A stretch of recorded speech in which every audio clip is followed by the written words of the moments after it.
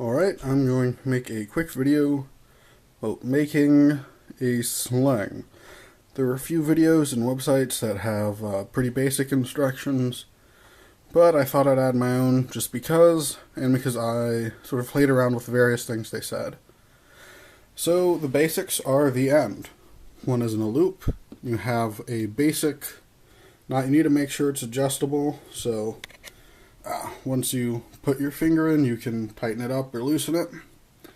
The other one, you just have just a knot on the end, which gives you a bit more grip and stops that end from fraying.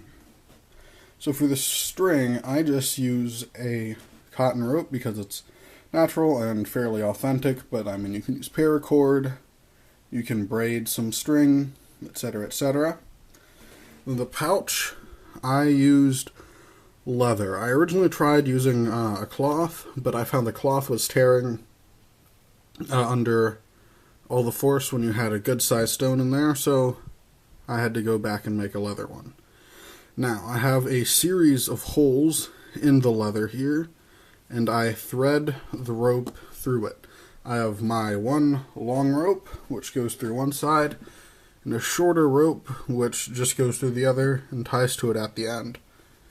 By having those holes and threading it through, it gives it this sort of natural cup rather than being flat, which helps just gripping the stone a bit more once it's in. Also, I have, if you can see, I have those loops inside the cup.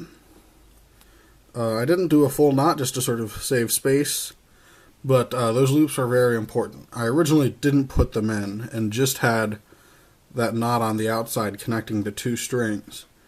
But what I noticed was that every time I shot, the cup would sort of move towards the end and grip it, so rather than actually firing this stone, it would just sort of circle back and hit me in the back, which, you know, not the most fun.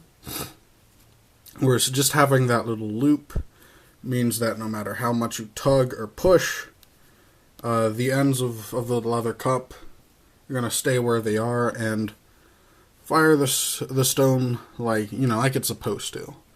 And of course, this leather has, the smooth side and the rough side. If you get scrap leather, some of it will be only rough, or if you get, fancy leather, it might have both sides smooth. I like this smooth and the rough because the rough has a bit more grip and the smooth has a bit less grip. So if you have a very polished stone or a stone that's still wet, the rough side's very good. But if you have a very rough stone, the smooth gives it a little less grip.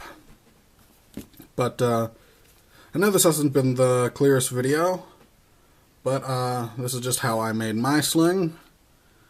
And if you have other questions on making slings, send me a message, leave a comment, and I can help you out. This is also how I made the sling component of my staff sling, which I'll probably make a full video on later, because there are enough videos on using slings and just about slings in general, but I could find almost no information that I found very helpful on the staff sling. So this is probably all I'll say on the sling, at least for a while.